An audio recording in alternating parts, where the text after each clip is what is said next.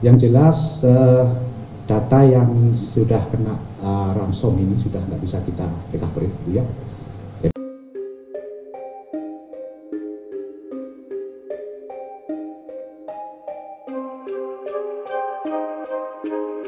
Telkom dalam merecovery gangguan oleh ransomware ya yang terjadi di PDNS 2 Surabaya.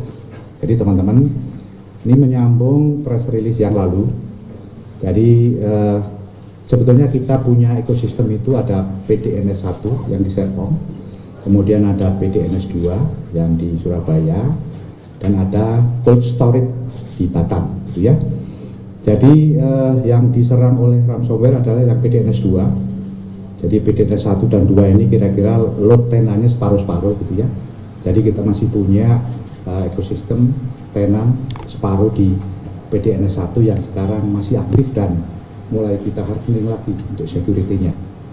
Kemudian yang kedua, rekan-rekan, kita sejak kejadian sampai dengan hari ini kita diasistensi oleh BSSN dan kerjasama dengan semua yang terkait gitu ya, tentu dengan Kominfo, kemudian dengan para tena, dengan Bareskrim. Kita berupaya keras untuk melakukan recovery dengan resource yang kita miliki.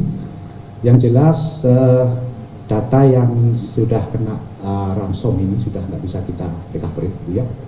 Jadi kita menggunakan sumber daya yang masih kita miliki. Yang nomor satu, kita mengidentifikasi ada tenan-tenan yang masih memiliki backup ya, di lokasi Surabaya maupun yang ada di lokasi Batam. Jadi kira-kira jumlah 44 tenan. Jadi ini kita masukkan sebagai recovery stage 1 gitu ya. Jadi kita kontak, kemudian kita klarifikasi dengan para tenan dan mulai kita upayakan untuk bisa kita aktifkan layanannya. Tentu melalui medium temporer ya. Jadi kita punya 2 medium temporer di PDN 1 dan 1 media lain yang kita siapkan untuk mengaktifkan temporary. Kemudian kita juga sudah mengkontak seluruh tenan yang terdampak di PDNS 2. Jadi kita kontak satu persatu kerjasama dengan tim Kominfo untuk memastikan apakah tenan ini memiliki backup di lokal atau tidak gitu ya, termasuk situasi layanannya. Dan ini kita sudah lakukan semua. Hasilnya ada beberapa tenan memiliki backup, ada beberapa tidak.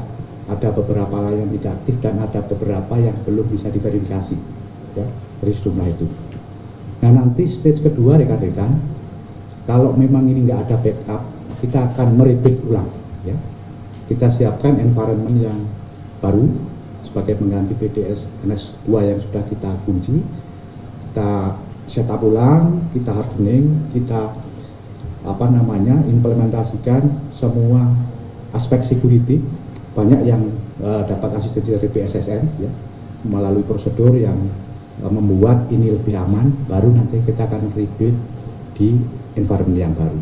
Yang nomor satu, kita sedang menstratifikasi, tadi disebutkan Pak Osman ada 5 yang aktif ya, sebagian memang mereka punya backup sendiri di premises mereka seperti imigrasi, masih punya backup di lokasi, dan yang 4 sisanya lagi. Kemudian apa-apa yang belum aktif gitu ya, dari 44 yang jelas sedang kita stratifikasi, tapi pesan dari Bapak Menteri bahwa dahulukan layanan-layanan publik itu nanti yang menjadi prioritas untuk diaktifkan gitu ya. Kemudian pertanyaan yang kedua, bisa diulang Mas? Apakah ada human error gitu Pak? Nah, pegawai yang mengklik link-link tidak jelas? Nah ini masih merupakan bagian dari audit forensik yang dilakukan BSSN. Nanti pada saatnya pasti bisa kita temukan, tapi yang jelas sudah pasti ini ransomware ya, ransomware yang memang dari tahun ke tahun attack-nya semakin meningkat. Demikian, terima kasih Mas.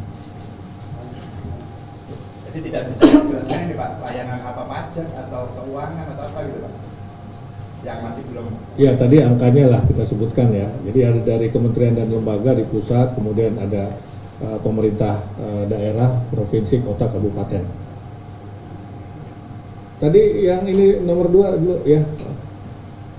Oke, silakan. Selamat sore Pak, saya dari Depik mau nanya Pak. Kemarin kan sempat di siaran persnya bilang kalau Windows Defender-nya sempat tidak aktif ya Pak. kan Windows Defender itu umumnya digunakan untuk personal ya Pak. Apakah memang cukup untuk mengamankan sekelas server yang amat penting itu untuk menggunakan Windows Defender? Apakah ada penggunaan sistem yang lain untuk keamanannya? Kemudian yang kedua, dengan menggunakan Windows Defender itu kan artinya Pusat Data Nasional ini memakai Windows ya Pak. Banyak orang yang menilai bahwa Windows itu tidak aman untuk sebuah server gitu, lebih aman untuk Linux. Nah, tanggapan Bapak sendiri seperti apa? Terima kasih. Oke, baik rekan-rekan, yang pertanyaan terkait dengan Windows Defender ya. Terus terang ini banyak aspek yang masih kita sisir gitu ya. Sebetulnya mana yang proper, mana yang tidak. Jadi mohon maaf saya belum bisa menyampaikan secara detail mana-mana yang ini proper, mana yang tidak. Tapi secara keseluruhan nanti akan merupakan bagian dari audit forensik gitu ya. Menyangkut tata kelola, kemudian menyangkut tool-tool yang memang harus diimplementasikan dan lain-lain. Demikian Mas. Selain Windows Defender ada sistem keamanan lain nggak Pak? Ya tentu yang secara umum untuk keseluruhan kesisteman kita mengimplementasikan firewall ya, firewall itu yang pasti. Firewall di DOS itu kita implementasikan untuk secara keseluruhan.